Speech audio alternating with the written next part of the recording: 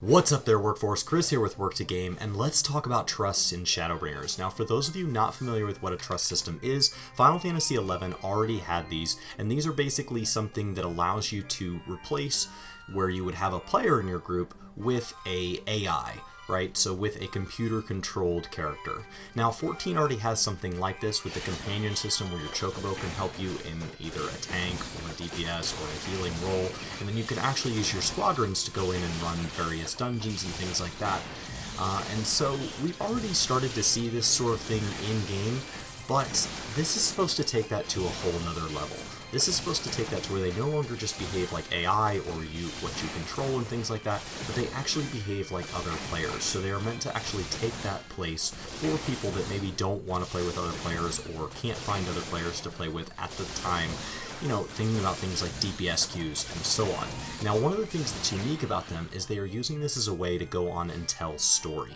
So you're going to be taking story characters with you, and as you do, they're going to have various things like even voiceover or things in chat where they actually have reactions, and these are supposed to be unique based on the combination of NPCs you have with you and the content that you're running.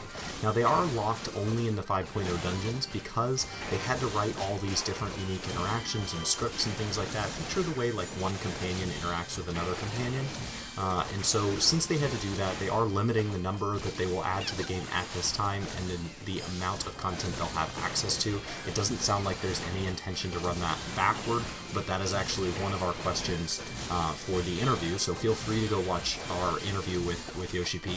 And so I just wanted to kind of explain a little bit what they are and then my initial thoughts of them.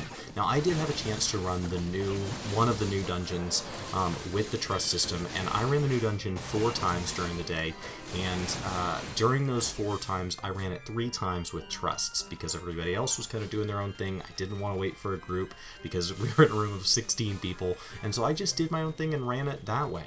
I ran it twice with a tank and once with a healer.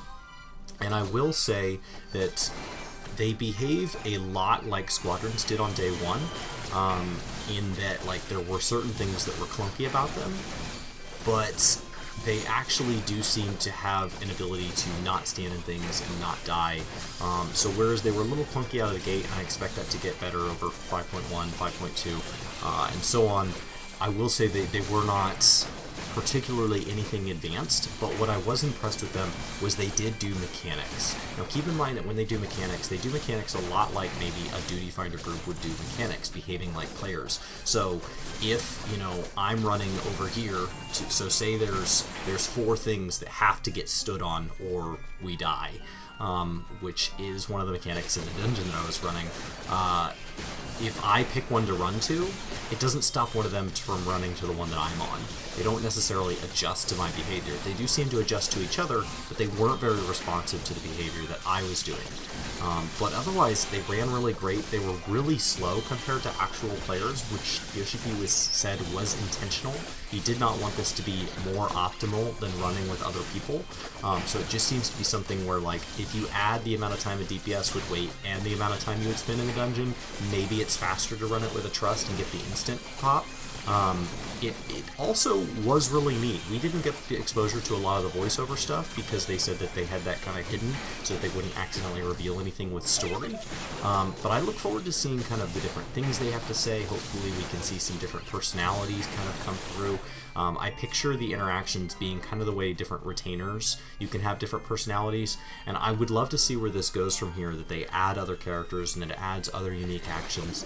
And I was really happy with them. I did hear a few of the streamers saying they were having trouble multi-pulling, and in the presentation they said that some of the previous days during the media tour they had people trying to pull aggressively and chain pull and dying, and so naturally what did I do as a tank? I chain pulled because I was like, well, what, does it really fail?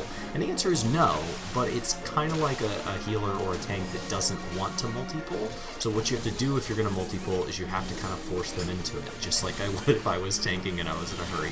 So you can literally pull one group, pull another group, and then pull the second group back to the first group where they're fighting, because the moment they're tagged, they have to either fight that stuff or die, and most people won't choose die, so they may think you're a jerk, but they will clear it. Now, I didn't have a ton of control over what classes they ran as, and so, the particular makeup that we had available to us didn't have a lot of AoE, so there wasn't really an advantage to doing it that way. I was just seeing if I could chain pull, and I really didn't have any trouble getting through the fights. I didn't have any trouble clearing anything. My very first dungeon of the day was me being blind in the dungeon with a gunbreaker that I had not played at all, with a trust system, and it went fine. They don't help you brainstorm mechanics or anything like that, but as long as you're capable of kind of either figuring those things out or going out and finding a guide to any dungeon mechanics you may be kind of not understanding, it's a great way to learn a role. As a tank, I knew that they were going to heal and they weren't going to be frustrated with me that I wasn't tanking well. The DPS did a great job of, they were just kind of single target focus something down, so I knew kind of what was marked, and then they would move to the next thing. I didn't really experiment with seeing if they'll respond to, like, marking something with a number 1 or something like that, but it would be neat if there were mechanics in the game where they would respond to standard marks like A, B, C, or 1, 2, 3, 4, so that you could kind of assign priority on things like a kill priority. But overall, I was really happy with how they performed. I think that it might be faster if you're talking to some of the other streamers. It might be faster if you're a DPS, because that's the thing that they seem to have kind of intentionally dialed back to keep it from being better than players. So if you can just bring the DPS, the tank will tank, the healer will heal. So if you can kind of just bring the DPS to the party, you might be able to speed that up. And that seems like the group of people that would most benefit from content like this. It's just when I decided to run the dungeon on DPS, that happened to be when there was a group of people looking to run. And so I was like, yeah, let's do that. So it was me, Brian, and 2 of the other creators. And so I had a lot of fun. I really enjoyed the trust system. My initial response is that it is going to be something positive added to the game that will add a sense of immersion to people that want that kind of RP to extend into the dungeons, and it will add another way to clear dungeon content like you typically would. But this is something that you don't have to worry about that getting added to the squadron list. It's literally just going to be up to date all the way through 5.0. And I would think that they're basically going to let squadrons handle everything before 5.0, and they're going to let trusts handle everything moving forward. And that this feels like a system that they're designing it with the ability to build on. And so they have the ability to add other story characters to it and things like that. Ideally, you would have them kind of responding to different dungeons, maybe if there's something going on in the story and one of those characters has something significant going on with that dungeon. Maybe, there's a near-death experience or something heavy in the combat. We didn't get any exposures to lore, so don't worry, I'm not spoiling anything. But just say that, for example, that a character dies or a character has like a memory surrounding a certain event in a dungeon that's either there at launch or down the road.